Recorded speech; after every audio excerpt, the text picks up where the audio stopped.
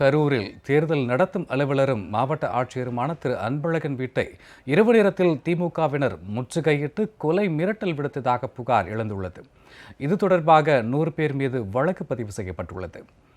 கரூர் தொகுதியில் இறுதிக்கட்ட தேர்தல் பரப்புரையின் போது ஏற்பட்ட பிரச்சினை காரணமாக திமுகவினர் அத்துமீறி மாவட்ட ஆட்சியரின் இல்லத்திற்குள் நுழைந்து கொலை மிரட்டல் விடுத்ததாக பத்திரிகையாளர் சந்திப்பில் ஆட்சியர் திரு அன்பழகன் பகிரங்கமாக குற்றம் சாட்டினார். திமுகவினுடைய மாவட்ட செயலாளர் திரு செந்தில் பாலாஜியினுடைய உத்தரவின் பேரில் மற்றும் காங்கிரஸ் கட்சியினுடைய வேட்பாளர் ஜோதிமணி அவங்க அறிவுரையின் பேரில் என்னுடைய வீட்டில் தகராறு பண்ணிட்டு உள்ள நுழையணும்னு ஆசைப்பட்டாங்க. நான் அவங்கள ஃபோனில் தொடர்பு கொண்டு சொன்னபோது உங்களுடைய குறைகள் எதுவும் இருந்ததுனாக்க காலையில் அலுவலகத்துக்கு என்கிட்ட மனு கொடுங்க, உடனடியாக நடவடிக்கை எடுக்கிறேன்னு. பட் நான் முடியாது, நான் இருப்பேன் அப்படின்னு சொல்லிட்டு சுமார் 100 பேர் ஒரு 20-30 டூ வீலரில் ஒரு 4-5 ஃபோர் வீலரில் என்னுடைய உயிருக்கும் பாதுகாப்பு இல்லாத மாதிரி அச்சுறுத்தும் வகையில் கேட்டுக்குள்ளே புகுற முயற்சி, வீட்டுக்குள்ளே நுழைய முயற்சி செஞ்சாங்க. இது சம்மந்தமாக எலெக்ஷன் கமிஷனுக்கு நான் ரிப்போர்ட் அனுப்பியிருக்கிறேன். தொடர்ந்து இந்த மாதிரி அதிகாரிகள் அச்சுறுத்தும் பாணியில் நடுநிலைமையாக பணி செய்ய விடாமல் தடுத்துக்கிட்டே இருக்காங்க.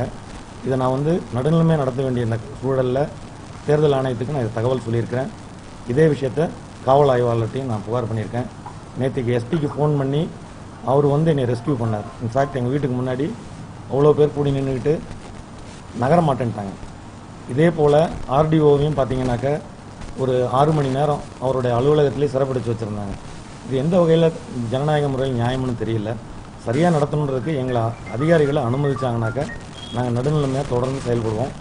இதனுடைய விதிமீறல்கள் சம்பந்தமாக தேர்தல் ஆணையத்துக்கும் காவல் நிலையத்திலையும் எஸ்பிக்கும் புகார் செஞ்சுருக்கேன். தேர்தல் ஆணையத்தினோட உத்தரவின் அடிப்படையில் எதிர்வரும் செயல்களை கட்டாயம் மேற்கொள்கிறோம்.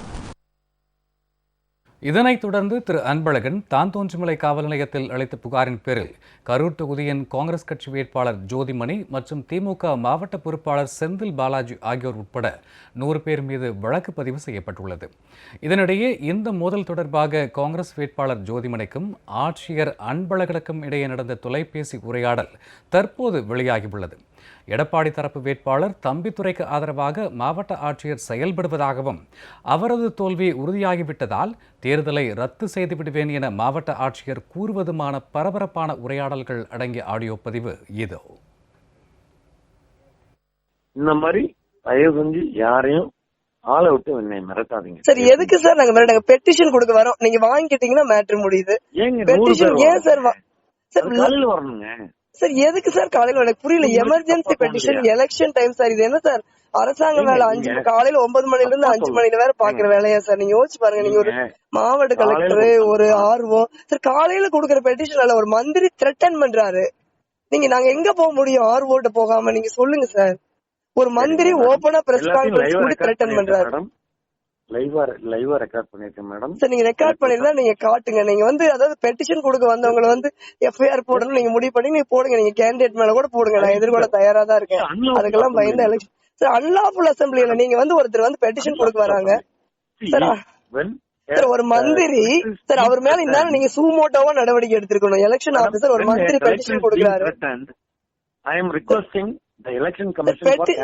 என்ன கேக்குறேன்னா சார், அதுக்குதான் நீங்க வரீங்க. நான் அதான் சொல்றேன், கேன்சல் எலெக்ஷனை கேன்சல் பண்ணணுங்கிறதா உங்க ஐடியா. என்ன தம்பிதுரை எலெக்ஷன்ல தோக்க போறாரு, அதனால நீங்க எலெக்ஷனை கேன்சல் பண்றதா உங்க ஐடியா. எங்களுக்கு அது தெரியும். நீங்க என்ன பண்றீங்க, யார் தோக்குறாங்களோ கவலை கிடையாது. நீங்க எலெக்ஷனை கேன்சல் பண்றீங்கன்னா நீங்க வரீங்க. நாங்க அதையும் பேஸ் பண்ணுவோம் சார். மக்கள் எங்கிட்ட இருக்காங்க.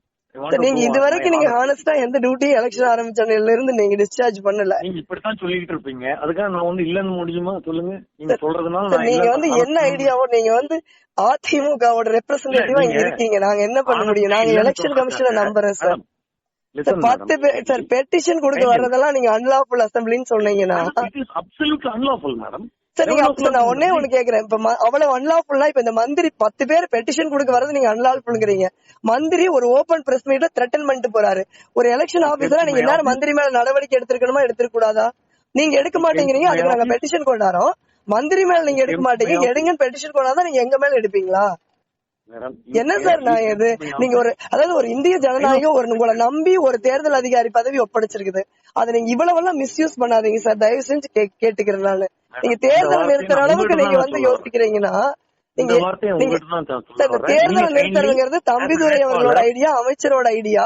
நீங்க அதை வந்து இன்னைக்கு ரெப்ரசென்ட் பண்ணிருக்கீங்க. ரொம்ப நன்றி சார்.